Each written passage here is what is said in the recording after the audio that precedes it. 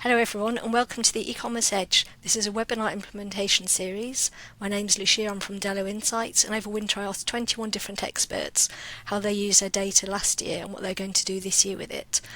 From that I then created a report that's on my website, delloinsights.com, and then invited all the experts to come on webinars and talk to me in more detail about how to implement their tip into an e-commerce business. Today I'm joined by Marc O'Donnell of Dubarry of Ireland, who's going to talk to us about Martech and the kind of digital marketing strategies that they have. Would you like to introduce yourself, Marc? Yeah, thanks Lucia for bringing us on. So I've been working with Dubarry for about 7 years now. I've been through 2 re-platforms. We're on like a Shopify website now. Before that I worked with Ancestry as an analyst and worked before that with a department store in Ireland called Brown Thomas. We were a high-end department store in their web team as well. So I've been doing e-commerce for a few years now. That's brilliant. Thank you very much. Now, do you remember what your tip was? Yeah, I do. And I remember we were speaking about it last week, and we were, like, testing the mics and the cameras, and I was kind of saying, would I give the same tip today? Maybe not, but at the time that was very top of mind for what we were working on at that time. And it was after Christmas, and we were evaluating the performance of our campaigns for the year before. And what I found to be a useful metric, and it's kind of an obvious one, which is maybe why I wouldn't give it as a tip now, but it was really about focusing on new customers, and just that metric in a given week of how many new customers were we actually acquiring. And we got some nice insights when we trended that over time. So it was the simplest thing from our email service provider. We took our count of new customers in each of the markets, trended them over time, and then we were able to overlay that against our marketing campaign calendar and see the type of messaging and the type of, especially around paid social and some of the kind of more above the line type awareness campaigns, and where they mightn't have been shown direct ROAS in terms of last click and the kind of classic tracking, but that they were performing quite well in acquiring new customers. That's amazing. Let's go into that in some detail then. So you were running specific campaigns or specifically trying to attract new customers, and were those, is that right? At times, there was 2 types of campaigns that were quite successful. There were some where we were targeting, and where we were targeting like kind of similar audiences, or audiences that were built working with the local marketing team, so they'd know like classic stuff, like similar products or events, or to target for a specific ad set, and they were obviously geared towards new customers. And now sometimes we would have actually excluded existing customers from those ads as well, but they're kind of, we wouldn't always do that, because a lot of our activity, while we'd be trying to acquire new customers, there's also a big piece around promoting our clothing collections, because our best sellers are our boots, and most of our past customers have worn the boots, but we're really happy to market to those people to encourage them to buy from the rest of the collection. Yep. So we don't want to be too to exclude too many past customers all the time. So that was the one type of campaign anyway, which was kind of prospecting, building an audience, and then kind of just this kind of paid social I'm talking about mostly. And then the other one was where we would have more broad-based awareness. So like we've seen the little spikes around like the classic times, your autumn winter launch, your launch of the Christmas gifting, where you know they're your key moments and you have your strongest message and your strongest video assets, and you're trying to just show it to as many people as possible, and running those awareness campaigns. And one of the areas that we see success from that type of activity was just when we were evaluating it against the number of new customers acquired. And we were doing that just on account of new customers acquired in the week. We weren't trying to draw a direct link between them because it wasn't really possible. Yep. Do you know, Facebook would tell you there was a direct link. When you start... You sold more than you actually sold in the week. Oh, yes, when you add them all up and you get to this massive figure, don't you? It's 5 times your actual sales. Yeah, interesting. Yeah.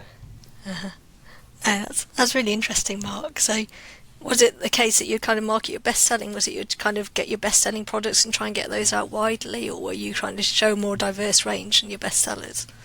So in the prospecting campaigns, it would be bestsellers, but they were themed. Yep. So we would have run one around like tweed clothing, which would be a strong product for us, but obviously it's niche. Yep.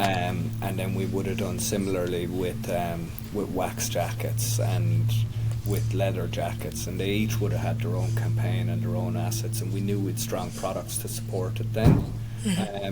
Whereas our best sellers are always the boots. But for those kind of capsules, we're trying to push something that not all of our audience will be familiar with. Yep. And your audience, I mean, so I assume you talked about Facebook, didn't you? But I assume there's probably less on Insta or younger audience. Is that right for your kind of range, or is that an assumption that I'm making here? I say Facebook, and I kind of like when we run paid social, like we're running it through Meta and it's Facebook ads in my head, but I don't know the exact numbers. And when the lady in my team would know a lot more about it, but I'm sure the visibility is higher on Instagram than it is on Facebook at this stage, because like what we see in our organic search is there is a certain amount of our engagement still on Facebook posts and that, but most of it is happening on Instagram now. Interesting. Well, that's changing over time. Is it something that you're monitoring, obviously, I guess, isn't it? Yeah, very much so. Because obviously we want to put the effort in the right places, and we've been making efforts into TikTok, and like one of the interesting ones for us it's passive, but we actually see quite a lot of activity on Pinterest. Really? And it's not like something that we've only kind of been looking at running ads for, but similar to how people like to dress in a certain look and kind of have these really amazing kind of images that they create for Instagram, that like similar things actually happen on Pinterest. Because it's because people are there without our prompting, we kind of think that there should be an opportunity there to kind of follow up with it. Definitely on the lifestyle. I'm imagining 2 big dogs as well. All these people with their big dogs and the country lifestyle, isn't it? Yeah, small dogs too. No, it's got to be a big dog in my head. Yeah, no, Take him I for a go muddy walking walk. the dogs with my mum, and there's a wee Jack Russell who's cheeky, and a big friendly lab that's kind of running alongside him. Cute. So I know that blending's coming along, and certainly in Meta they're doing a lot more blending now of their audiences, aren't they? Within their campaigns. And you talked about trying to separate and attract new people specifically. You know, is that kind of an issue that you're now coming up against with the automation moving on and the tech forcing you in certain ways, compared to how traditionally 5 years ago, how you might have approached your campaigns to now? Have you found there's a change? Not particularly. Now, I caveat this, that like when we get into that level of detail, it's there's somebody else in my team that's actually running it. But from conversations that we've had, like we still take a similar approach, that we put in a number of like creative options, be it the ad texts and kind of longer ad texts, the headlines and the text, and multiple images. And what we'll do is each campaign that we run will have a theme, but it won't be like a fixed single piece. Like it will be a theme and a product set that's attached to that, and we'll have multiple audiences as well. Like we could have a prospecting audience, we could have an audience that's lookalike audience, and we could have an audience where there's a version of that campaign that's running with an exclusion audience on past customers. And it's a case of trying to get enough variety to then let the system tell us what's going to work. Mm-hmm. So testing then is definitely a testing approach. Yeah, very much so. When it comes to those kind of awareness campaigns and where you're trying to put it out there to people, you need to give it a little bit of headroom to run. So I know you talked about measuring the volume of new customers you're attracting every week. Did you also try and get to kind of associate a cost of attracting a new customer? Did you try and do the financials behind it, or? We have numbers for it, but it's more about making sure that the total numbers make sense. Yep. We're spending an amount of money that we're comfortable with, versus the total amount of sales. Rather than trying to do a one-to-one relationship with, like, that customer cost me €10 to acquire. Like, I can come up with that number, but I don't. Yep. For us, it's not the most important one, because when, by the nature of them, when you're doing those wider awareness campaigns, they never have that direct return unless you believe the Facebook ads metrics, which are, like, more difficult to believe. And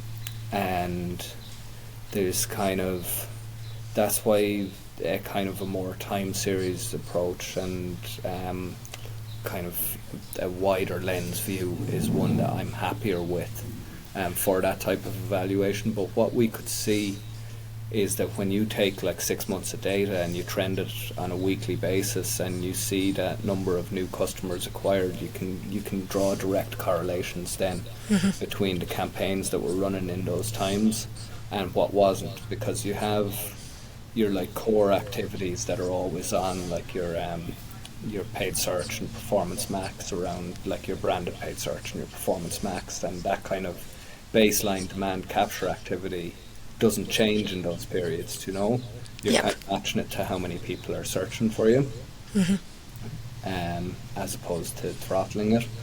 And yeah, does that make sense? It does, yeah, and I'm hearing that more and more from the people I've spoken to. They're kind of, this is the advertising budget for the month, this is what we spent, this is the return we've got. But trying to break it down for every single part, I think that part's gone now. I think people really aren't trying to do that anymore. It's just too complicated, and there's all these different campaigns, different purposes, different channels. Even the costs involved. Like, the places that we're seeing success is where we have the good assets and where the marketing team have gone out and they've done a shoot and they've broken up the shoot over a couple of days, where they're focusing on the different capsules and they're giving us really strong stuff to work with. Yep. But, like, the cost of that is, very significant alongside the cost of the actual the media. So it's like trying to justify that off the handful of directly correlated sales is much harder than knowing that we're focusing on the right products that the brand wants to focus on, that it's an awareness campaign and it's not just for the direct return in web sales, that we're also supporting the rest of the business by, like, actually showing those products in the best light. And we're happy enough if somebody decides that they're going to go into their local independent retailer and actually try the stuff on and have that, like, positive brand experience with a retailer as well. Like, it's not direct web sales at the expense of all else. No, that's a really interesting approach as well, because obviously you've got this omni-channel thing, haven't you? So maybe for the benefit of you, it's like, I know, but you could explain about the stores and the other events that you do, just to kind of see where the digital marketing fits into the overall mix. Yeah, and there's so we have a few of our own stores that are like flagship stores, and then we have pop-up retail, which is where we go to events like Badminton, Burley, and pop up in a marquee and have some champagne, and actually, I believe, to meet, like, a lot of the same people every year will come to those events to shop, and they have a great time, sell a few pairs of boots, and they actually get to know those customers as well. But within our international markets in Netherlands and well, less so the Netherlands, but Germany and France and the US. Like our success in those markets is really built around that event marketing and that physical event marketing. But at the same time, then the biggest part of our volume is actually business to business, and the sales guys that are on the road and meeting their local independent retailers, trying to convince them to take a bigger portion of the collection each year, and like that kind of old school B2B. But because we don't have a physical presence, like we've pop-up retail, we've a couple of our own stores, and when I say a couple, it's like, you know, looking at like 3-4 stores. It's like very few.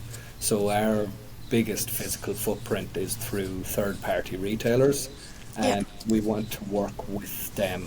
Sort of when we're advertising their stuff, like it's like such a small thing, but if somebody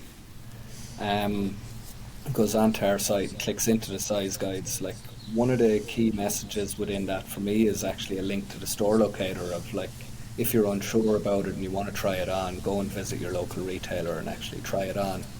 And while that's a bit of an odd to our area sales managers, it's also what we believe in as a brand, that like we don't mind where the customer shops. We want them to have the best experience of our products and to hopefully buy again then after. And there must be a consideration purchase, you know, because I mean, say you're not down at the bottom end of the market, are you? You know, your products are an investment, aren't they? That's going to last people years. Therefore, the sizing becomes more important. So, are they then able to call up and, you know, or have they called the store if they had a question on it, or? And there's a piece there that like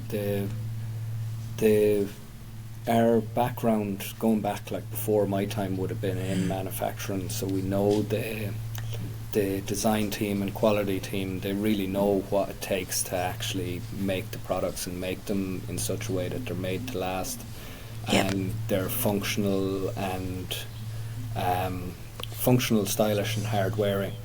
And like that's reflected in the price, because you can't make that stuff to that level of quality without buying the right materials and having the right quality processes and the right long-standing partnerships with the producers. So it's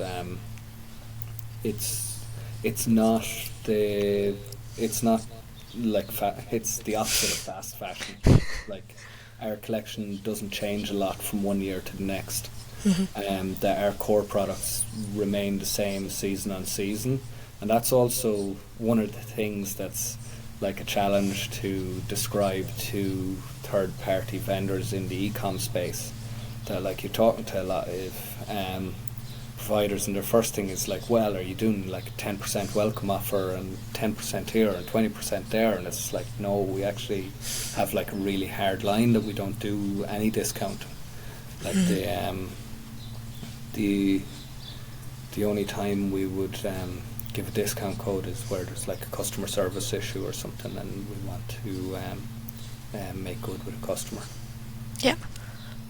And then I assume you've got quite a lot of retention as well, these very loyal customers who are going to come back to you, who you go through your email campaign to get to them with you. And yeah, we do, but it's a challenge because the frequency piece, that like the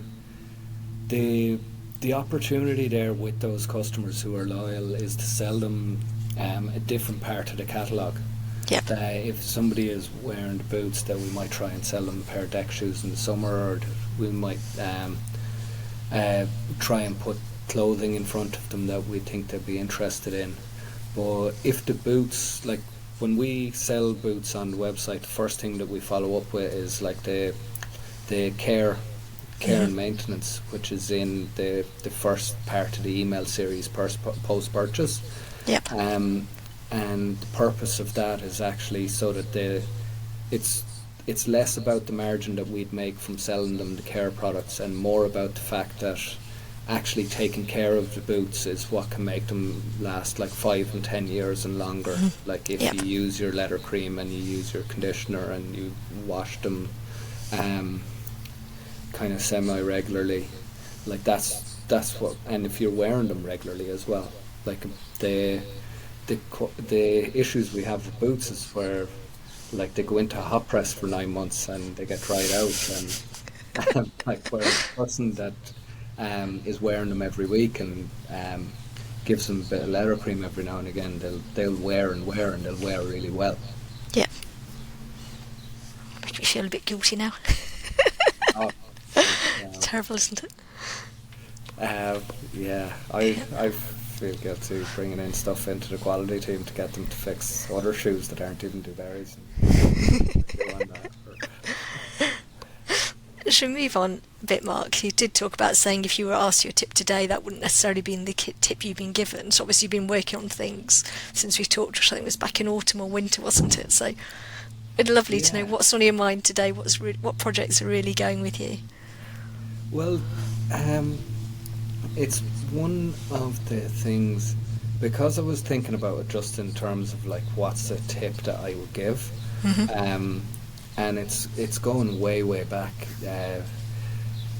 Years ago, do you know if you'd be getting third-party vendors like email service provider, search and merchandising on the site, even like stuff like product feeds and the platform itself, Shopify or whoever. Like one of the things that I remember writing it down, I said it to a number of people, and I always come back to it, is to never evaluate something based on what's on the roadmap.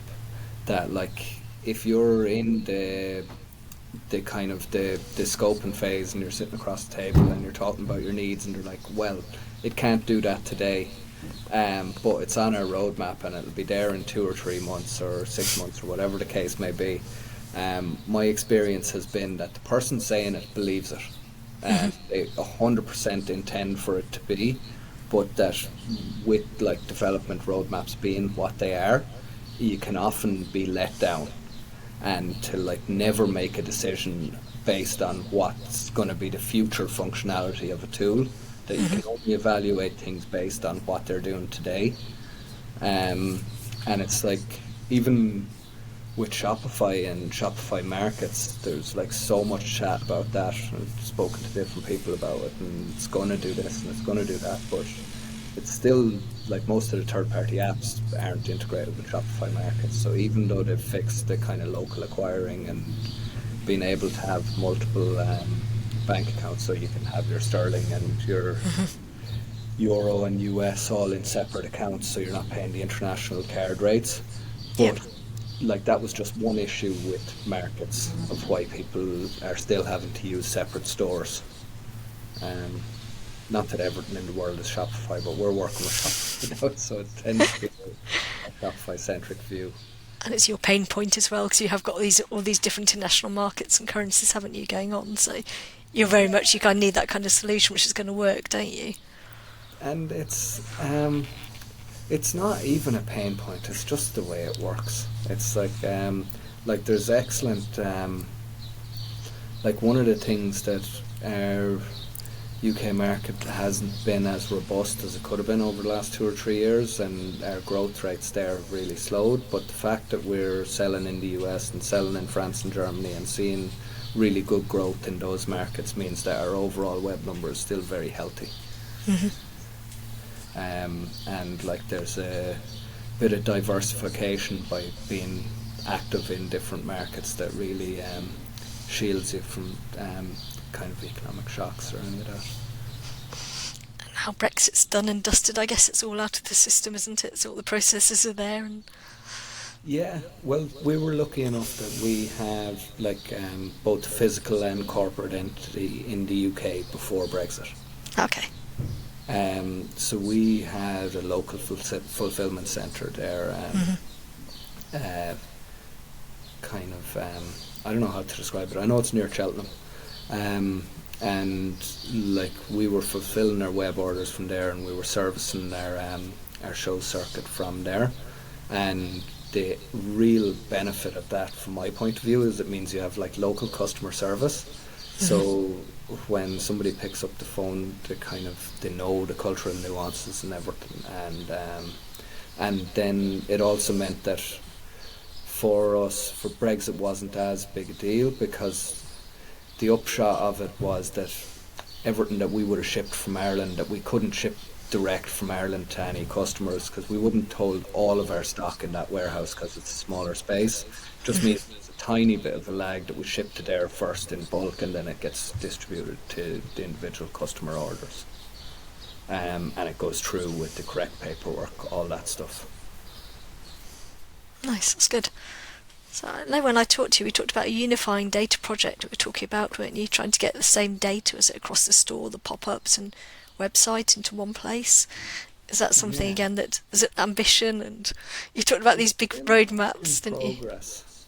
But one of the things, I feel like I'm trying to sell Shopify now, but it is one of the things that Shopify gives me a lot of hope for, because we have our pop-up retail on the Shopify point of sale, and we have our website on Shopify web, obviously. Like, that means that data is already consolidated. Like, we can feed now direct anything that's connected to Shopify. We can feed the data in there, be it our email service provider or a kind of data or attribution partner. Like, they're all integrated with Shopify, which is great from our perspective, because there isn't like an extra implementation needed. Now, we're not in a position to move our physical stores onto the Shopify point of sale yet, but it's something that we'd want to do down the road, and that's how we'd end up with that kind of unified picture. Because once you can get them all into one place from there, it's very easy to start like pulling the thread on who your multi-channel customers are and where they're shopping first and where the repeat purchase happens, and yeah,